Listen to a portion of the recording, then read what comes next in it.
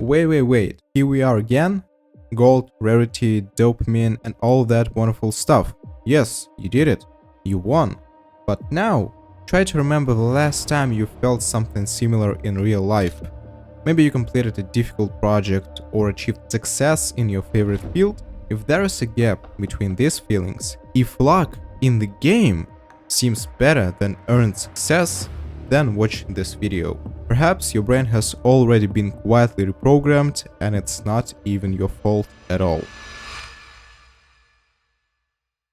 I think you are all familiar with dopamine, the pleasure hormone. It is an integral part of us. We need it for motivation, movement, the desire to learn and remember, and of course, it affects our mood and focus. In today's world, it is easy to get dopamine. Scroll through TikTok feed, watch a TV series, drink alcohol, and gamble. It is so easy and brings so much pleasure. This is not real dopamine, and it wears off quickly, leaving you drained. On the other hand, so-called heavy dopamine is produced after trainings, working on goals, spending time outdoors, and so on. All of this is noticeably more difficult than just playing a game, and companies happily take advantage of this. A very important discovery made by neuroscientists like Robert Sapolsky is that dopamine is not a reward hormone, but a hormone of anticipation of reward.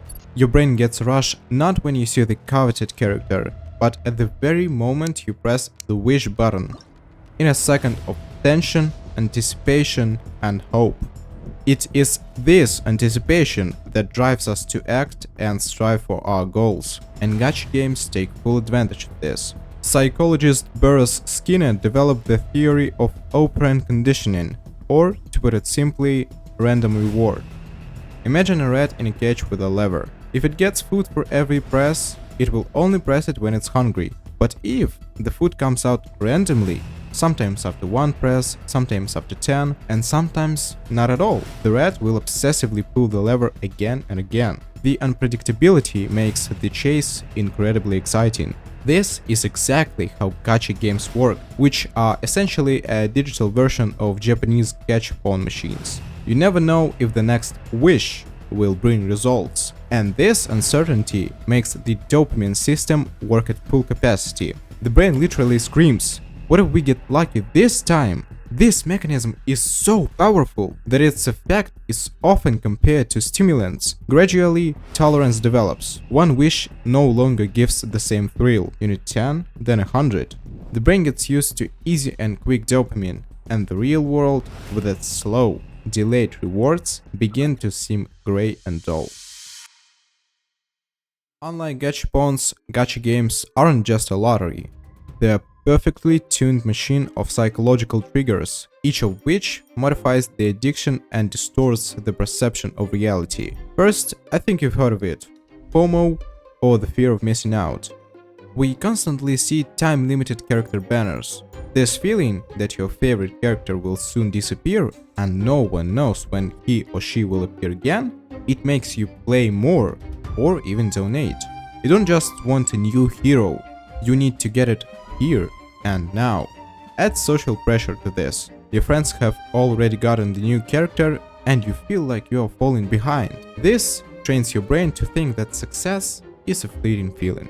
Now about the illusion of collecting. In games like Genshin Impact, there are characters, artifacts, weapons, and items.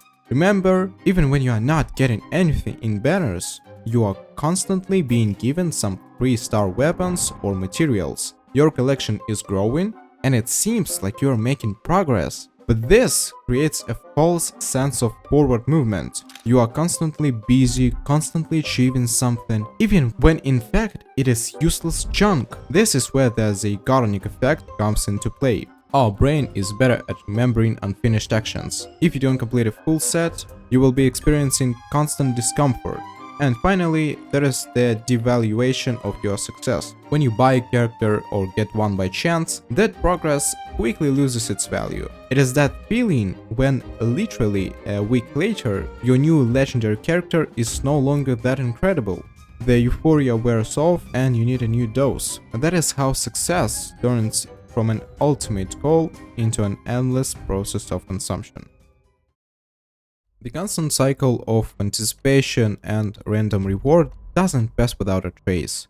Over time, the brain adapts and your perception of success changes fundamentally. In the game, success means legendary items and instant dopamine. In reality, success is months or years of hard work, mistakes, failures, and sometimes no results at all. When the brain gets used to success in game, reality begins to seem unfair. It requires too much work or too little reward. This leads to a devaluation of real achievements. People begin to avoid difficult tasks, preferring quick sources of dopamine. Reading books, learning a new skill, playing sports, all of this seems slow and boring compared to gaming, and even apathy may appear. Failures in gaming, when you spend everything you've accumulated and get nothing in return, can cause real emotional breakdowns, and successes in real life cease to bring joy. You feel like a god when game luck is on your side, but helpless in the face of challenges where luck plays a much smaller role than discipline. Now let's talk about 2 tips that can help you regain control. First is set limits for yourself on how much time and money you are willing to spend on the game each month. If you can't stick to the rules you've set, distract yourself from the game or ask someone else to distract you. And the second is fight FOMO. Yes, I know this can be difficult, but it's very effective. When you begin to understand that temporary things such as banners, cosmetics, weapons, and so on do not affect your health, well-being, and other things, but are simply tools used by developers to keep you playing longer, it will become much easier to say no to yourself and spend your time on something useful instead of playing. Gacha games are a multi-billion-dollar industry, and it will only grow. Much of this success is built on sophisticated psychological mechanics. They create an incredibly attractive illusion of success in a beautiful package, offering a simple and quick path to a sense of victory that is sometimes lacking in real life. I understand that you may simply enjoy playing, and I am the same. I play Genshin Impact on a day-to-day basis, but the purpose of this video is not to make you stop enjoying the game, but simply to make you aware of the problem that really exists and that you may not have noticed in yourself. Remember, the success you win in the lottery is not real. It is not your success. It is just a random number generator. Real victories are those that change our lives, build careers, and shape character. They never fall out of a loot box. They can only be built with your own hands, step by step. And the value of such success cannot be measured by any in-game currency.